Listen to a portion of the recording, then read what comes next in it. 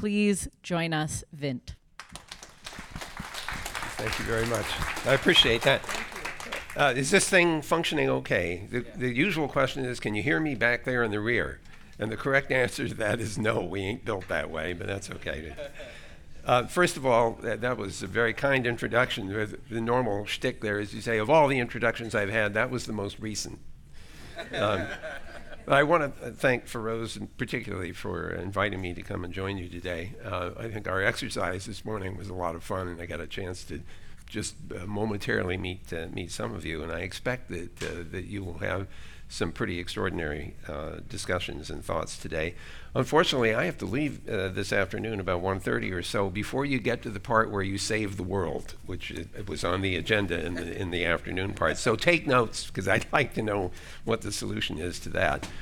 I also wanted to, I know we're not supposed to advertise our own companies, but I think it's very relevant that Google chose to develop a set of AI principles which we made publicly available and we follow in any of the applications that we are asked to build either internally or that customers come and ask us for. We try to compare what is desired with what our principles are, and we try to stick with that. So we have a formal process for analyzing proposed work against those principles.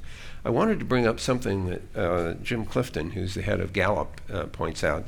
Feroz knows Jim because he's part of a discussion group that we call Innovation for Jobs, which produced this People-Centered Economy book. Jim points out that entrepreneurship is indeed a rare skill, and his estimate, is about 1 in 15,000 people is capable of being an entrepreneur. He's actually developed a questionnaire which is intended to figure this out.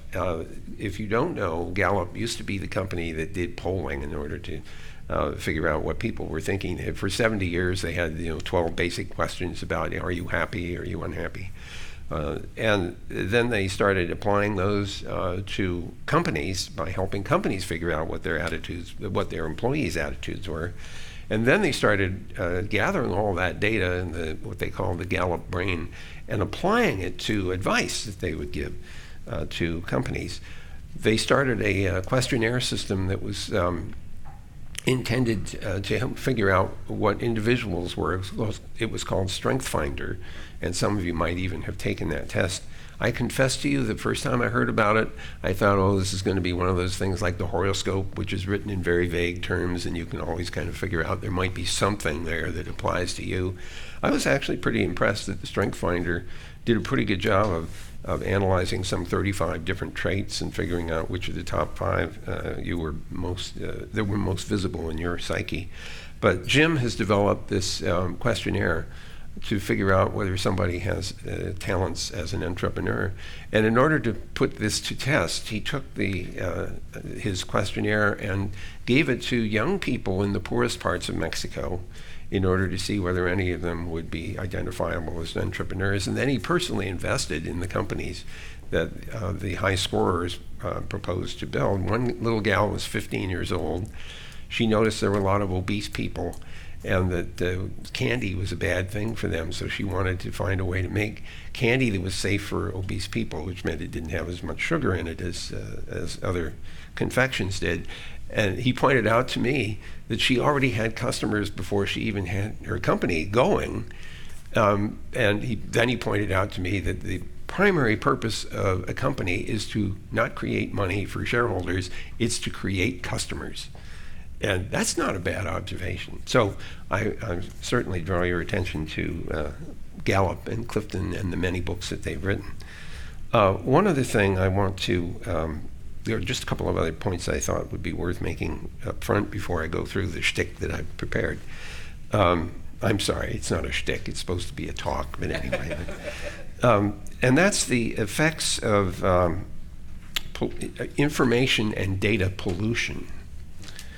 Because when Lorian talks about this mountain of data that we have, what's terribly important about the data is its quality. And analyzing bad quality data does not produce good results. Those of you who've been in the computing world remember garbage in, garbage out. Well, that's also true for DI.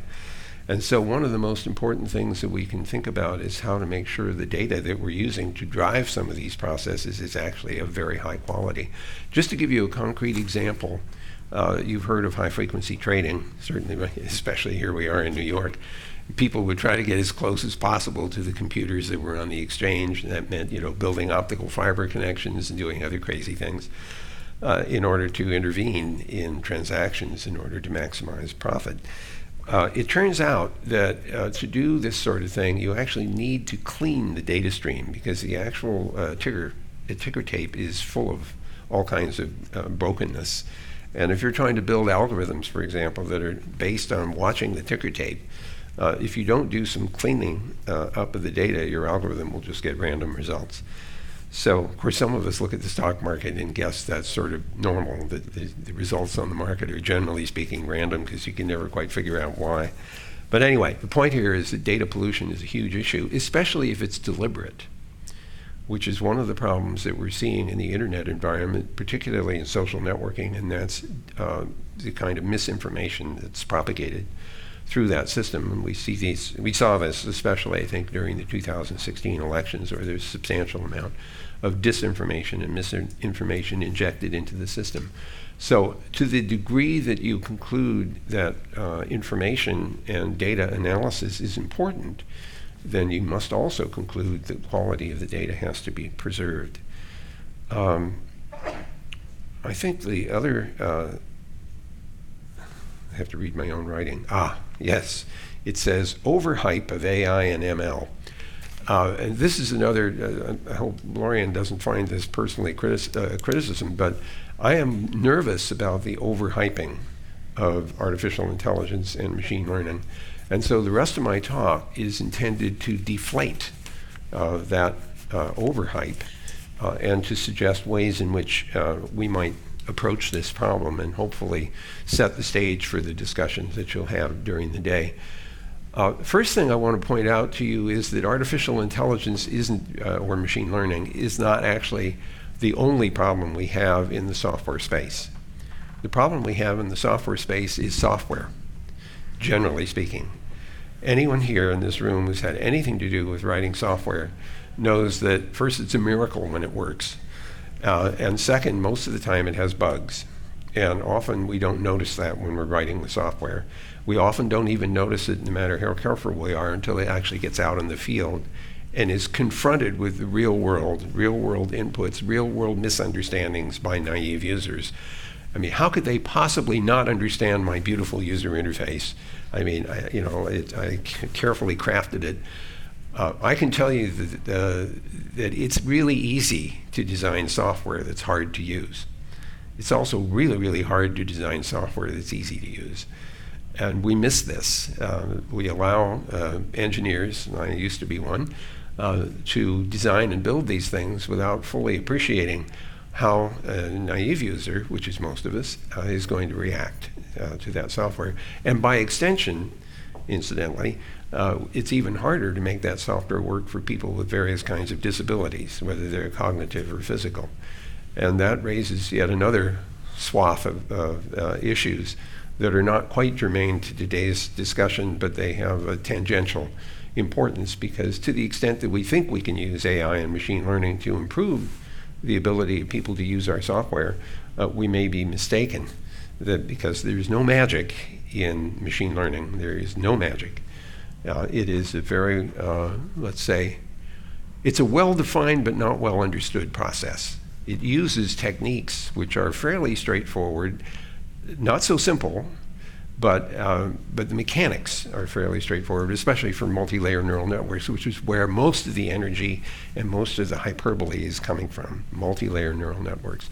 But I just want to point out that buggy software is by far the biggest threat that we have. So I won't go into my usual Internet of Things rant, which takes about half an hour.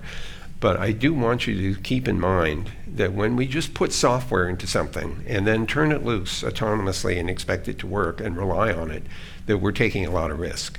Whether that's your refrigerator or the heating and ventilation and air conditioning system, or the security system, or in the more elaborate cases, the autonomous driving car, which is simply a dramatic version of the Internet of Things.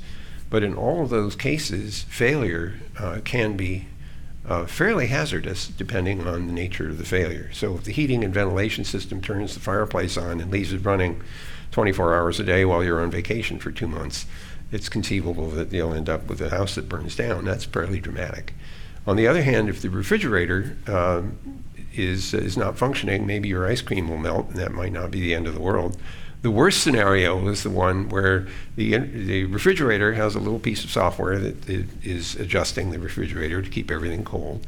However, that software is using an operating system that the maker of the refrigerator plucked out of, let's say, GitHub somewhere, and said, oh, it's a free open source operating system, let's put that in, didn't cost us anything, and ships the thing. It turns out that thing has all kinds of vulnerabilities in it, which somebody discovers and makes use of, not to interfere with keeping your ice cream cold, but to make that processor do some other stuff that you don't know about because you don't see any side effects. So it decides to send email, let's say 2 or 3 times a second, to some particular target. Not a big deal, except there's 100,000 refrigerators that are all doing the same thing, and the target gets hit. I used to go around saying, that the thing I worried about was a headline that said 100,000 refrigerators attack Bank of America. Ha ha ha, isn't that funny? Well, it isn't funny because if you'll remember a few years ago, a bunch of webcams were brought together in the Mirai botnet, and they attacked Dyn Corporation with probably 500,000 1 megabit per second video streams, all aimed at the same target. That's like 500 billion bits per second of capacity hit Dyn and knocked it over, which wouldn't have been a big deal except that Dyn Corporation was doing domain name service for a whole bunch of important companies. So suddenly their domain names didn't resolve and they disappeared off the net. And so this cascade effect was pretty serious. And the problem, of course, was that the webcams didn't have any access control. Either they had nothing or they had well-known usernames and passwords, which were exploited by the Mirai botnet. So you should be very concerned about buggy software in addition to the topic we're talking about today, which is machine learning and artificial intelligence. So let me distinguish between artificial general intelligence and the kind of thing that we're mostly excited about today, which is machine learning. Machine learning is a very small subset of general artificial intelligence. So let me see if I can give you a concrete example of the former, this general intelligence which human beings tend to exhibit. So I want you to think for a minute. Let me see if okay, here we are. You all recognize this thing more or less as a table. But let's boil table down to its essence. What's the essence of table? Flat surface perpendicular to the gravitational field. Probably most people don't actually think that when they think table. They might think flat surface. And they probably think, holding things up, even if they don't think about against the gravitational field. But the honest essence of a table is perpendicular to the gravitational field. Flat surface, anything with a flat bottom can sit on the table and be held up. Once you understand that that's the essence of table, then you can understand that a chair could be a table. In fact, here's one right here. It's got 4 books on it. Or your lap can be a table, or a box can be a table. Any 2-year-old figures this out.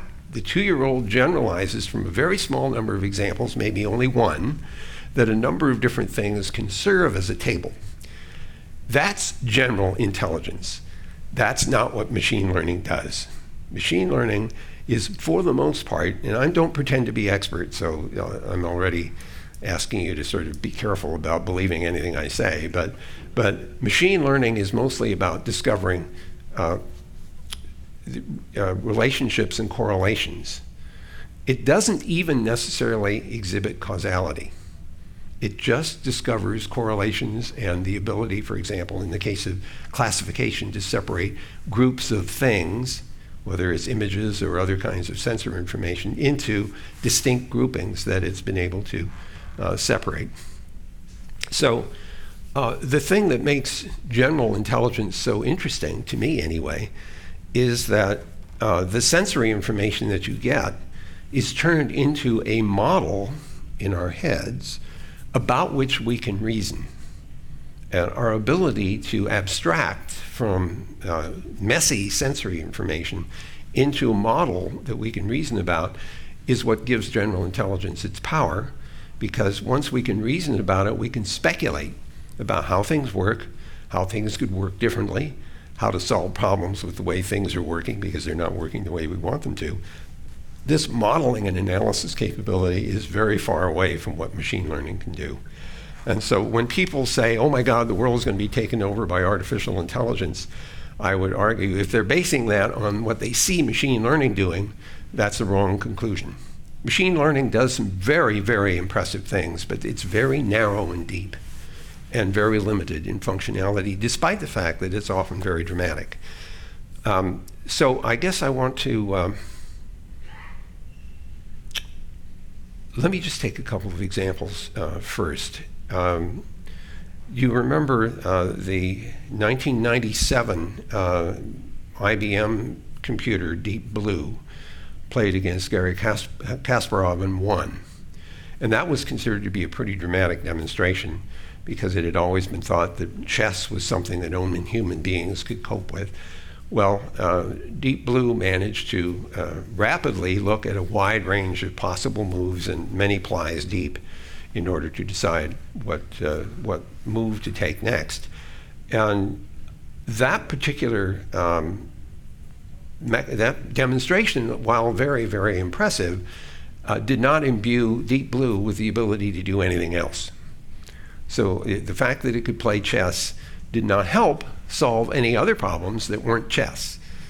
Then comes AlphaGo, which some of you will remember came from a Google company called DeepMind in the UK. It played Go against Lee Sedol, who was a grandmaster at Go, and it won 4 out of 5 games. And that was fairly dramatic because Go was a 19 by 19 board with a lot more possibilities than a chess board has. And then to make things even more impressive or alarming, they developed AlphaZero. And AlphaGo had played against human masters, analyzing and building its multi-layer neural network.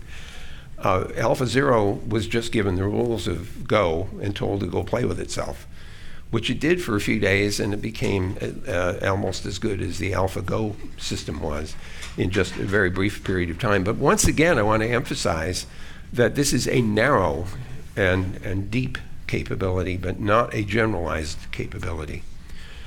There is a book, by the way, two books by Judah Pearl at UCLA.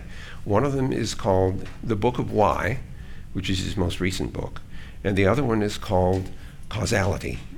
And what Judah argues, he's a Bayesian analyst who's also quite interested in machine learning and neural networks. He points out that correlation is not causation, and that if you generate correlations from data, you had better have a causality model to go with it. The classic example of this is the confusion about flat tires and babies. If you do the analysis, you will discover that near hospitals that have maternity wards, there is a very high correlation between flat tires and babies. And of course, one conclusion you could reach is that flat tires cause babies. Of course, the correct conclusion is that the babies cause the flat tires because the fathers are driving like maniacs to get to the hospital in time so that their wives can have the baby at the hospital instead of someplace else, and in the course of driving crazily, they get flat tires. So without a causality model, you can come to bad conclusions. This is something you do not want to do, especially if the decisions that you're extracting from the data have significant consequence, as I think this session is this whole day is intended to highlight. So we should be concerned about that. There is another thing which I think we should keep in mind, and that's the role of and the threat of autonomy. This comes back again to my IoT rant, and that is that handing autonomy to a system where decision-making is done purely by algorithm and purely by analysis may actually be a serious mistake. And the reason for this, as I will try to illustrate, is that these machine learning systems are very brittle. They are spectacular when they work, and they are stunningly stupid when they don't. And to make matters worse, we don't always know, based on just looking at the design of the neural network, how it's going to fail. It's pretty certain that it will fail under some circumstances. based on the data that it's trying to ingest and analyze. But there's no guarantee that we can understand how it's going to fail and the way it's going to fail. And so handing autonomy to systems like this is potentially very high risk. And the part that's worse about it is that the party who decides to hand autonomy to it may be risking other people who are completely unaware of the fact that they are at risk. So making products that you distribute into the environment that are making use of machine learning techniques, but which are brittle in their operation, may have all kinds of consequences that may not be anticipated either by the consumer or by the producer of the product. And so it's irresponsible, to come back to this question of AI and its responsible use, it's irresponsible to imbue some of these systems with pure autonomy unless we have some pretty strong assurance that there's a kind of an envelope around its performance that will protect people from harmful outcomes. Sometimes that translates into a physical thing which prevents the AI and software system from doing something stupid, like flipping the plane over by saying, you know, what the elevators and so on are only allowed to go a certain distance, and then they're physically stopped by design, despite what the software system wants to do. This is one of the scary things about fly-by-wire, incidentally, because if you don't build in these alternative mechanisms to constrain the envelope of performance, you may actually, because of an error, cause serious things to happen, like planes to fall out of the sky. So I worry a lot about giving autonomy without let's say, thoughtlessly handing autonomy to a system. Like the obvious example of this is a self-driving car, which, if given total autonomy, may in fact be quite hazardous. By the way, the flip side of that argument, just so that you can see the other side, is that human beings are not very good drivers either, for the most part. And so one argument is to blame the autonomous car because it's not 100% perfect, fails to take into account the fact that humans are also not 100% perfect, and they may be less perfect in driving than the autonomous car, which is sort of embarrassing, but possibly true. That's why I've often wondered whether we should continue down the path of allowing autonomous cars to drive on the same roads that humans are driving on, or whether we should say autonomous cars can only drive by themselves and not be polluted by the fact that humans are such bad drivers and unpredictable drivers. Besides which, the cars might be able to communicate with each other, like, I'm gonna make a left turn now, so put your brakes on, as opposed to humans which say, that bastard is getting in front of me and he's slowing down and I'm gonna go around him this way, and then this other guy gets run off the road. So it's possible that we should be fair to the autonomous systems and the artificially intelligent systems by not confronting them with the problem of dealing with irrational human beings. So let me come back to machine learning, since that's really the engine right now that's driving most of the excitement.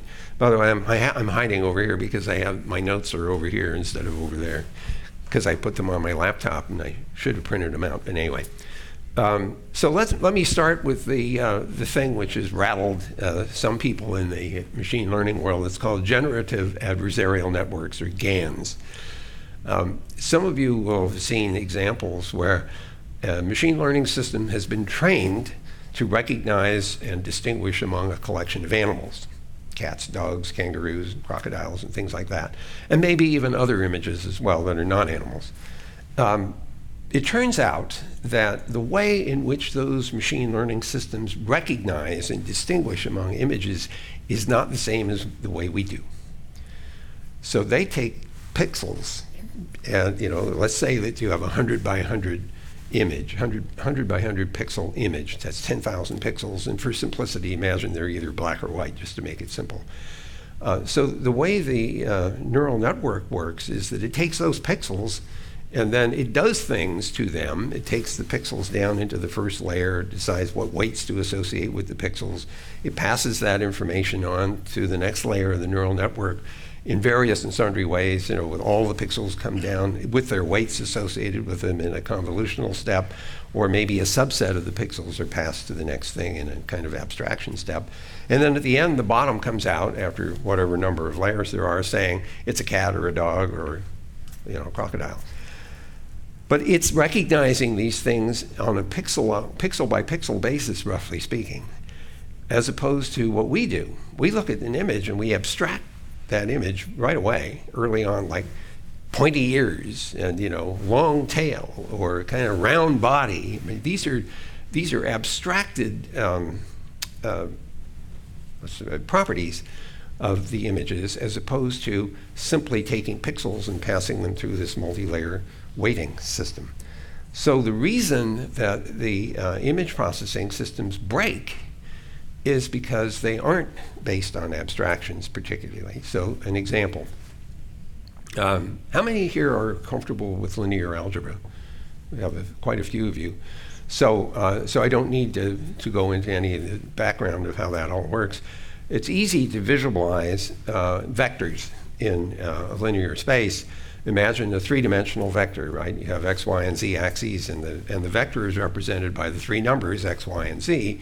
And as you change the numbers, the vector moves around in that three-dimensional space. That's really easy for us to imagine. Now imagine that you have a 10,000 pixel image, it's 100 by 100, and you have a 10,000 dimensional space. Well, it's really easy to imagine that there's a vector, and it has a bunch of numbers associated with where the vector points in this 10,000 dimensional space. So every pixel is one number associated with the vector. So when you change one pixel, the vector moves. So you might ask yourself, okay, I kind of get that little model. Well, how do these systems break? Well, one example is that you've done a bunch of training with images, and you've taught the system to distinguish cats and dogs and fire engines and so on. And then you go in and you take a picture of a cat, and you change 3 of the pixels. And the system says it's a fire engine. And we look at that and we say, how could it possibly think it's a fire engine? It looks like a cat to me. And the answer is that when you did the training, what was happening is that the system of weights that were being put into this multi-layer neural network was actually creating hyperplanes in a 10,000 dimensional space, separating the images from each other. Imagine that the cat images are all over here, and imagine that the fire engine images are not too far away in hyperspace, 10,000 dimensional space. And imagine changing just a few pixels of the cat image, causing the vector to move up into the fire engine space, because the machine learning system is not recognizing the images the way we do by looking at properties, but it's rather looking at weights that were generated by the samples that it took and was trained by.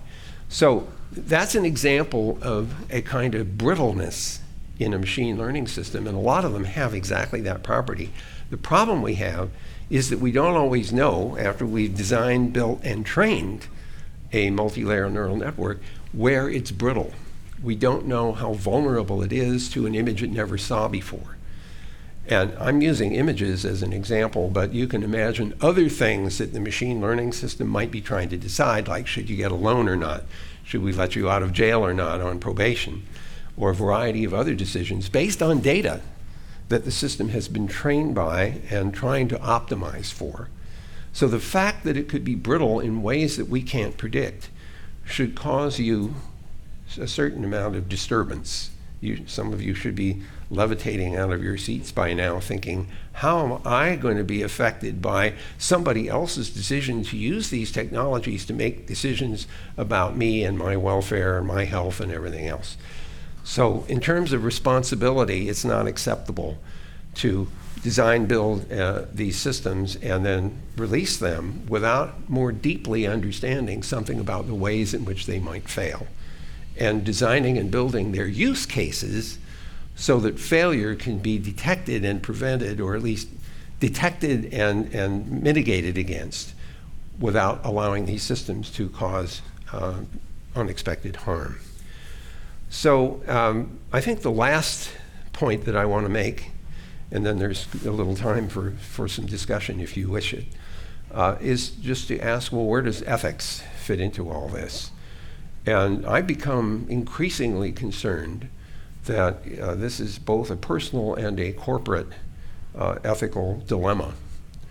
From the corporate point of view, I think it is unethical to develop, train, and apply these systems without having a deeper understanding of the ways in which they could fail, and for putting in place mechanisms to detect and mitigate against those failures.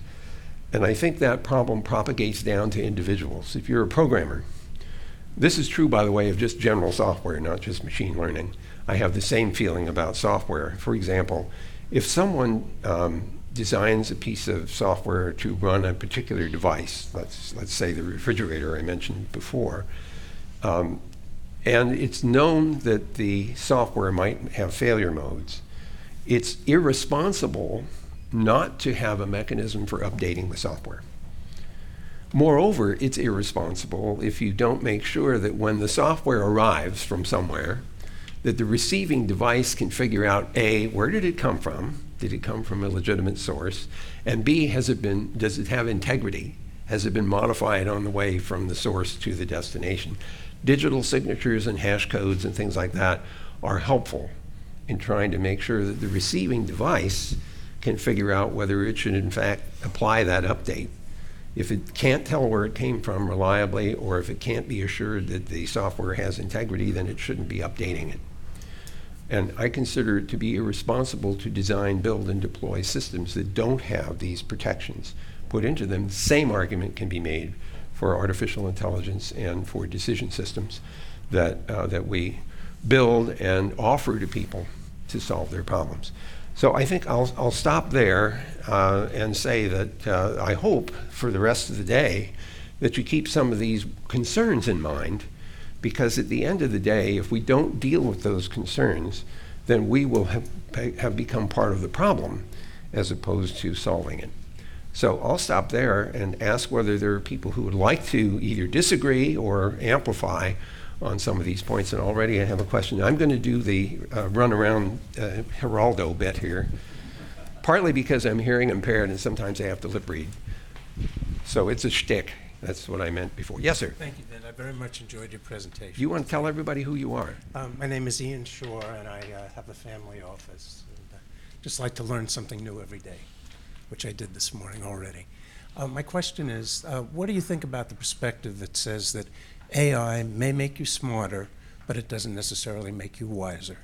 Oh, very interesting. Well, I think that's a fair kind of summary. That's a good T-shirt, actually. And the reason I think that's important is that although it may give you power of analysis, it may not give you the ability to understand what to do with the analytic result. By the way, there's another thing that I believe we've concluded at Google is that rather than allowing autonomy to run rampant, we should treat these kinds of technologies as tools that augment our capability, and that's makes you smarter. For example, I get a lot of email from people who don't happen to speak English as their native language, and so the email shows up in Russian or German or French. I'm okay in German, but I don't speak Chinese. The Google machine learning translation systems are actually quite helpful to me. They make me smarter in the sense that I otherwise wouldn't understand it at all. They also are potentially hazardous because the translations are not always perfect. So written misunderstandings are not uncommon. As long as you're armed with that understanding and you receive something that's been translated and something either angers you or puzzles you, the correct response is the translation might be wrong. Check with the correspondent first before you send a nastygram back. So I think that it's the wisdom here is understanding that these are tools and not necessarily magic solutions to problems. So I think your point is very good. And since I'm standing here and you're waving your hand, there you go. Thank you. When you were talking about buggy software for refrigerators and webcams, security got mixed in with bugs.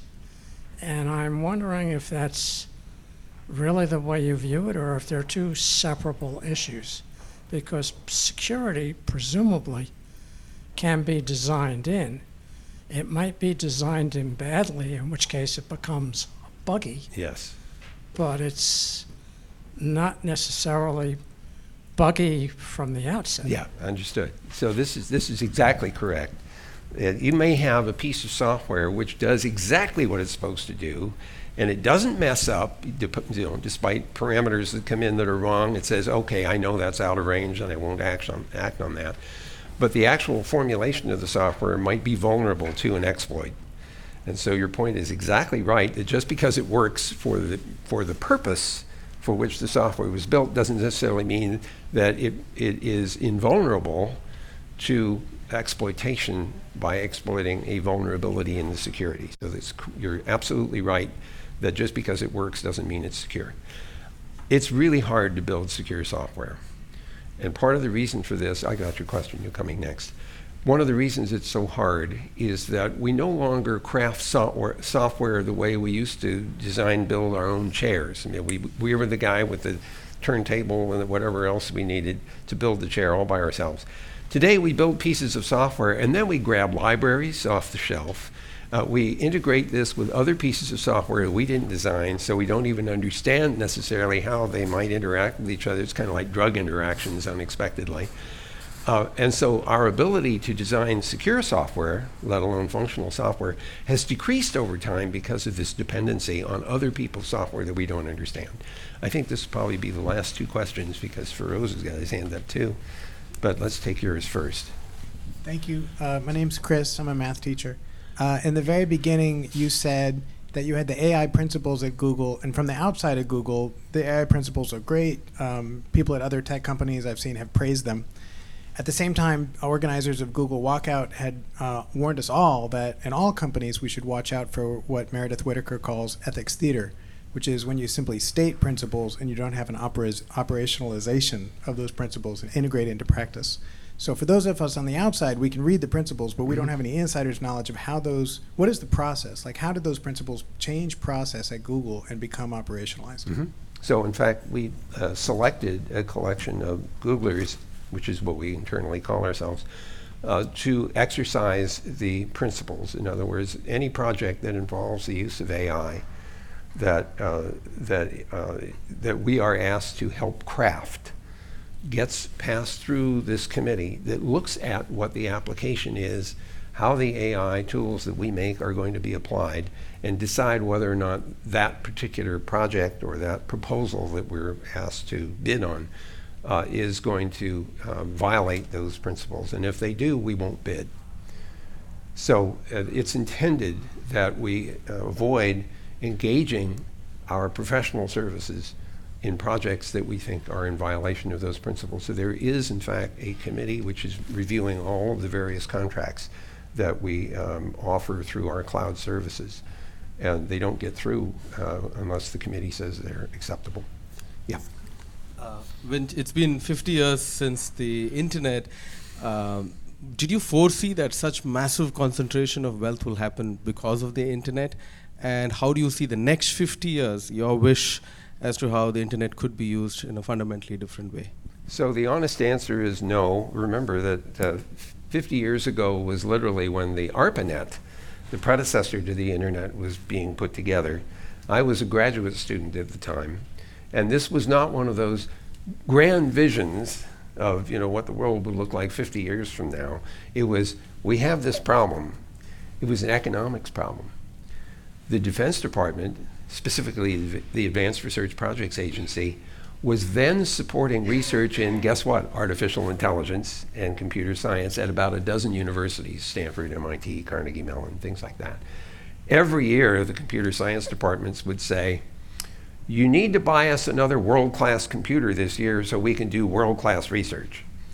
And remember, we're talking 1969. Computers were millions of dollars, and even ARPA didn't have the funding to buy a new computer every year for all dozen universities. So they said, we're going to build a network, and you're going to share.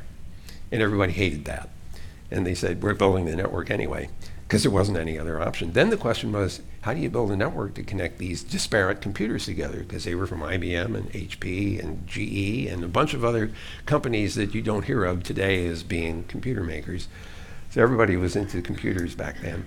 So we built this packet switch network called the ARPANET. It exploited a new technology called packet switching, And we had to design and build protocols that would allow these disparate machines to talk to each other. That was a very successful project, and by 1973, my partner Bob Kahn and I, who were simply part of the ARPANET project, I wasn't the leader of it at all, I was down in the Network Measurement Center trying to figure out how to figure out if it worked the way it was supposed to against the mathematical models of queuing theory. Bob Kahn was very much involved in the ARPANET design, the actual packet switches or interface message processors. But he went to ARPA in 1973. I know you didn't intend me to give the entire history of the internet here. But Bob came to my office and said, we have a problem. He had developed a mobile radio network and a packet satellite network because ARPA had decided that it could use computers for command and control. And we're back to this question of how do I use machines to augment my capability? In this case, they thought using computers would allow you to manage your resources better than an opponent. And you might be able to have, using computers, have a smaller force overcome a bigger one. So we call that a force multiplier. But the question is, how do we put the computers in ships at sea and in airplanes and in mobile vehicles using the technology of the ARPANET, which was based on dedicated telephone lines? Well, you can't connect the airplanes, with telephone lines because they never make it off the tarmac, and the ships get all tangled up, and the tanks run over the wires and they break. So we had to develop mobile radio networks and satellite networks for the ships and the aircraft. Then Bob came into my office at Stanford and he said, here's the problem. We got all these 3 different kinds of networks, and oh, by the way, 1.5 miles away, Bob Metcalf is doing Ethernet. So we have 4 different kinds of packet nets, kind of confronting us. The question was, how do we build a technology that allows all those disparate networks to be interconnected and still look uniform to all the host computers, which are also heterogeneous at the edges? That's where TCP/IP came from. The reason I tell you all that is to emphasize that we were not thinking at all about the monetization or commercialization of anything. We were engineers trying to solve a problem. And the problem was wonderfully general, and the design allowed all kinds of flexibility for new protocols and new applications to be built because the basic network technology had no idea what the applications were, didn't care. That was important, didn't care what the applications were, didn't care how the packets were carried. When optical fiber showed up in the early 1980s commercially, we just plopped down internet on top of the optical fiber because the packets had no idea how they were being carried. It's like a postcard doesn't know how it was being carried. And postcards don't know what you wrote on them either, which is kind of interesting, because the internet packets have no idea what the bits mean. The internet is completely ignorant of that, which is great, because if you have a new application, you just change the interpretation of the bits at the edge, and the network carries them regardless of how they're being interpreted. So I didn't really appreciate what was going on until 1988, when I walked into an exhibition called Interop. 50,000 people showed up in San Francisco at the Moscone Center wanting to see how internet systems would work and how they could possibly support applications that they had in mind.